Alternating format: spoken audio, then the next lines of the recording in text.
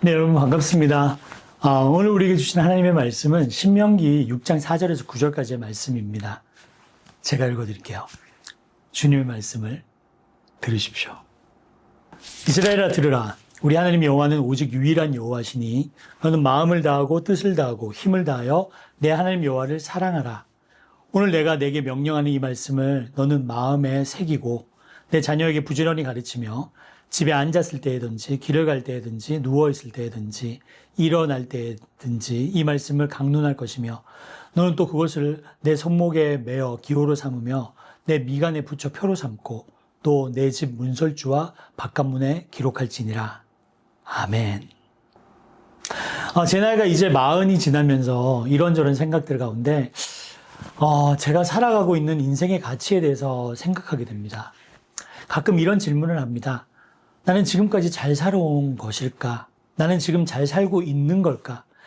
이제 그런 질문을 던지고 나니까 이 질문에 대해서 대답하기 위해서 어떤 기준이 필요하더라고요. 내가 잘 살아왔다면 도대체 무엇을 기준으로 해서 내가 잘 살아왔다고 할 수 있을까? 내가 잘못 살아왔다면 도대체 무슨 근거로 그런 이야기를 할 수 있는가 하는 거죠. 적어도 믿는 사람으로서의 자존심 하나가 있는데 그것은 세상의 기준으로 내 인생을 평가할 수 없다는 거예요. 그렇다면 무엇으로 내 인생을 평가할 것인가? 제가 필리핀에 선교를 몇 번 다녀왔는데요. 제가 갈 때마다 놀라운 것이 있어요. 거기에 살고 있는 올랑고 섬 사람들이 있는데 올랑고 섬의 원주민의 집에 가보면 장판도 없고 카펫도 없고 시멘트도 잘 집에 발라 있지 않습니다. 작은 집안에서 식구들이 사는데 할머니, 할아버지, 엄마, 아빠, 이모, 고모, 삼촌, 자녀, 손주들까지 그 안에 다 같이 살아요. 그뿐 아니라 그 집 안에는 강아지도 몇 마리 살고 있어요. 저 같으면 그런 데서 하루도 못 살 것 같아요. 그런데 올라온고 원주민을 만나보면 그 집에서 그렇게 바글바글 거리면서 살면서도 그렇게 마음이 넉넉하고 웃음이 해맑아요. 왜 그럴 수 있을까? 삶의 기준이 달라서 그렇습니다. 만약 우리나라에서 누군가가 그렇게 살려고 한다면 벌써 머리에 띠를 두르고 생존권을 보장하라 해가지고 어느 구청에 가서 누워 있을 거예요. 하지만 올랑고 원주민 기준으로 보면 집에 염소와 닭이 몇 마리 함께 살고 있으면 마음이 넉넉한 거예요. 배고프면 언제든지 먹으면 되니까. 나이 40이 넘어서 집에 그렇게 식구가 많다? 잘 살아온 겁니다. 여러분, 우리가 신앙인으로서 잘 살아왔는지, 지금 잘 살고 있는지, 우리의 인생을 평가하는 기준은 하나님의 부르심인 줄 여러분 믿으시기 바랍니다. 하나님의 자녀로서 잘 살아왔는가? 왕 같은 제사장으로서 나는 잘 살고 있는가 하는 거죠. 그분의 부르심에 합당한 혹은 응답하는 그런 인생을 살아가고 있으면 그거는 잘 살고 있는 거고요. 만약에 하나님의 부르심과 상관없는 인생을 내 멋대로 살고 있다면 그것은 잘못 살아가고 있는 것이죠. 만약에 하나님께서 나를 아프리카에 가서 선교해야 될 선교사로 부르셨는데 나는 그 부르심보다는 경제적 산만이 중요해서 대한민국 땅에서 중견기업의 사장으로 살고 있다면 우리는 잘못 살고 있는 거예요. 우리의 인생의 주인이 누군데 그 명령을 거역하면서 살아가는 게 어떻게 우리가 잘 살고 있는 거라고 말할 수 있겠습니까? 그러니까 나의 인생의 주인 되신 분이 우리를 어디로 부르셨는지 뭘 하라고 하셨는지 우리가 알지 못한다면 혹은 들었어도 다 잊어버리고 내 마음대로 살고 있다면 우리는 우리가 잘 사는지 못 사는지도 모른 채 방황하고 살아가고 있는 거죠. 그래서 우리는 이 부르심에 대한 말씀을 나누고 있는 거예요. 오늘은 하나님의 부르심 가운데 하나님을 사랑하는 부르심에 대해서 나누려고 합니다. 하나님은 우리를 사랑하는 줄로 믿습니다. 우리를 창조하셨고 우리의 아버지가 되시고 그리고 당연히 하나님은 우리를 자녀로 사랑해 주십니다. 문제는 그 하나님의 사랑을 받는 우리는 어쩔 거냐 하는 거죠. 여기서 하나님의 부르심이 발견이 되죠. 모세가 이스라엘 백성에게 부르심을 전달합니다. 너는 마음을 다하고 뜻을 다하고 힘을 다하여 내 하나님 여호와를 사랑하라. 왜 성경 말씀은요 우리에게 하나님을 사랑하라고 말을 하고 있을까요? 왜 하나님을 사랑하라고 하는 부르심을 우리에게 주는 것일까요? 하나님은 천하 만물을 창조하셨고 그리고 이 세상의 모든 것을 다 만드신 분이잖아요. 사실 따지고 보면 하나님은 우리의 도움 같은 것은 필요가 없으시고요. 우리의 돈도 필요 없고 아무것도 필요가 없으세요. 필요하면 하나님이 그냥 만드시면 되거든요. 그 하나님께서 스스로 만들어서 쓸 수 없는 것이 있습니다. 하나님이 가장 좋아하시고 하나님의 본질 자체인데 그거는 하나님이 스스로 만들 수가 없어요. 그게 바로 사랑이라는 겁니다. 가에타노 도니제티가 만든 사랑의 묘약이라는 오페라가 있죠. 그 내용을 보면 주인공이 한 여자를 사랑하는데 그 여자가 자기를 안 사랑하는 거예요. 고민을 하던 차에 이 사랑의 묘약이라는 약을 먹여서 강제로 사랑받고 싶은 생각을 해요. 근데 그 내용에 보면 엉터리 약사한테 그냥 술을 약이라고 속여가지고 그걸 사게 되죠. 여러분 한번 생각해 보세요. 약을 먹여서 사랑받는 게 진짜 사랑인가요? 강제로 사랑하는 것을 요즘 말로 하면 추행이라고 불러요. 사랑은 아니잖아요. 사랑이라는 것은 누군가가 스스로의 결단으로 또 다른 누군가에게 관심을 가지고 좋아하고 사모하고 그런 것이잖아요. 인격적인 하나님은요, 우리가 강제로 하나님을 사랑하도록 하지 않으셨어요. 우리에게 자유의지를 주시고 우리가 스스로의 선택으로 하나님을 나의 하나님이라고 보시고 그리고 나의 아버지라고 부르면서 사랑합니다 라는 고백을 우리가 스스로 할 때까지 하나님은 기다리시는 거예요. 그런데 오늘 말씀에 보면 그 하나님을 사랑하는 삶으로의 부르심에 끼어있는 말 하나가 있어요. 이런 겁니다. 이스라엘아 들으라. 우리 하나님 여호와는 오직 유일한 여호와이시니. 여호와는 유일한 하나님이다라는 말씀이에요. 우리가 들으면 당연하지. 하나님은 한 분이다. 한 분이지라고 말하겠지만 출애굽 당시에 그 말씀은 어마어마하게 파격적인 말씀이었습니다. 왜냐하면 그 시대는 다신론의 사회였거든요. 이집트에만 가도 누라든지 라라든지 케풀이라든지 오시리스라든지 호루스라든지 아톤, 아돈, 별의별 신이 다 있었어요.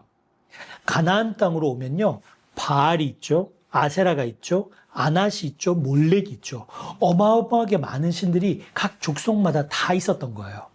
여러분 요즘이라고 해서 다른 줄 아십니까? 그렇지 않아요. 세상에서 수많은 것들이 다들 내가 하나님이라고, 내가 가장 강하다고, 내가 너를 보호해 줄 수 있다고 우리에게 소리를 지르고 있어요. 돈이 아마 가장 목소리가 큰 것 같아요. 뭐니 해도 머니가 최고다. 내가 너를 보여줄 수 있다. 내가 너를 행복하게 해줄 수 있다. 이렇게 윽박지르는 거죠. 이런 것들이 우리 안에서 내가 하나님이라고 소리를 지르고 있는 거예요.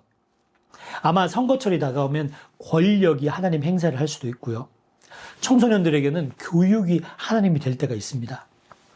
더 많은 것을 알아야 인정받지 않을까? 스펙이 좋아야 되지 않을까? 더 많이 공부해야 내가 더 행복해지지 않을까? 그 모든 것들이 내가 하나님이라면서 나를 사랑하라고 우리에게 윽박지르고 있죠. 어떤 사람들은 그런 소리에 넘어가서 돈을 하나님으로 섬기며 사랑하는 그런 상황에 빠지기도 하지만 성경은요, 너무나도 분명하게 하나님은 유일하다. 한 분이시다. 여호와 하나님 외에는 다른 신은 없다라고 우리에게 말씀하고 있는 겁니다. 여러분 세상에 수많은 것들이 다 자기가 하나님이라고 내가 너를 행복해 줄 수 있다라고 우기고 있지만 우리는 절대로 한눈 팔아서는 안 돼요. 이게 하나님을 사랑하는 첫 번째 조건입니다. 그분만이 나의 하나님이라는 것을 인정해야 돼요. 여자분들 한번 생각해 보세요. 남자친구가 여러분에게 브랜드 옷도 사주고 고급차도 사주고 호두만한 다이아몬드 반지도 끼워주고 100평짜리 집을 주고 날마다 여러분을 사랑한다고 고백하고 매일같이 꽃 한 송이씩 주지만 사실은 다른 여자에게도 똑같이 그렇게 하고 있다면 내 남자친구가 나를 사랑하고 있다고 여러분 감격하시겠습니까? 생각할 시간이 필요하다고요? 팀 켈러 목사님은 이 부분에 대해서 내가 만든 신이라는 책에서 이렇게 이야기합니다. 당신의 마음이 하나님이 아닌 어떤 것에 가장 깊은 열망을 두는 순간 그것이 곧 당신의 신이 된다. 그러나 마음이 하나님 안에서 안식을 찾을 때 모든 것은 제자리를 찾는다. 우리가 드리는 사랑이 하나님께 사랑으로 받아들여지기 위해서 가장 먼저 우리가 해결해야 될 일이 하나 있는데요. 내 안에 들어온 모든 하나님들을 전부 제거해야 됩니다. 이것을 성경은 정결한 마음이라고 표현해요. 내 안에 다른 하나님들이 바글거리고 있다면, 내 영을 차지하려고 내 인생의 주인이라고 우기는 놈들이 있다면, 말씀을 듣는 동안에 하나님은 오직 여호와 하나님 한 분밖에 없다고 고백하는 정결한 영혼을 가지는 저와 여러분이 되시기를 주님의 이름으로 축원드립니다. 그런데 우리가 하나님을 사랑해도 그냥 사랑하는 것이 아니라 5절에 보니까 이렇게 말씀하고 계세요. 너는 마음을 다하고 뜻을 다하고 힘을 다하여 내 하나님 여호와를 사랑하라. 왜 우리가 하나님을 이렇게 사랑해야 된다고 말씀하고 있을까요? 왜냐하면 하나님이 우리를 그렇게 사랑하시거든요.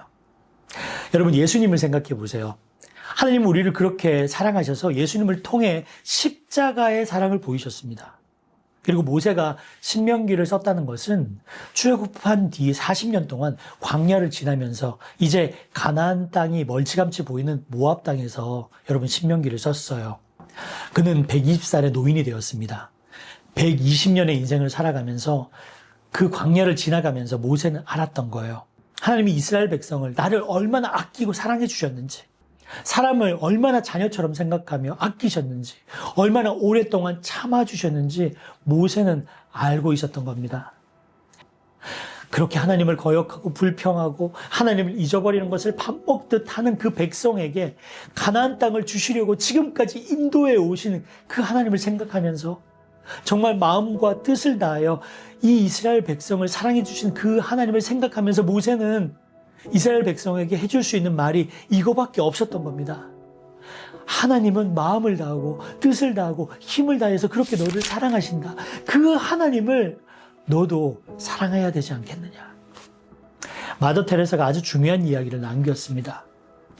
많은 사람들이 직업을 소명으로 착각합니다. 그러나 우리의 소명은 예수님을 사랑하는 것입니다. 저는 이 말에 전적으로 동감해요. 성경이 우리에게 그렇게 말하고 있고 저의 경험도 그렇습니다. 하나님은 나를 어떤 직업으로 부르셨는가?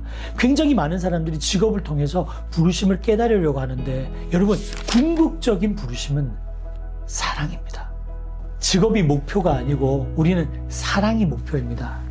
저는 목사라 그런 직업을 통해서 하나님을 사랑하도록 부르심을 받았고요. 어떤 사람은 학교 선생님으로, 과학자로, 작가로 직업을 통해서 하나님을 사랑하라는 부르심을 받은 것이죠.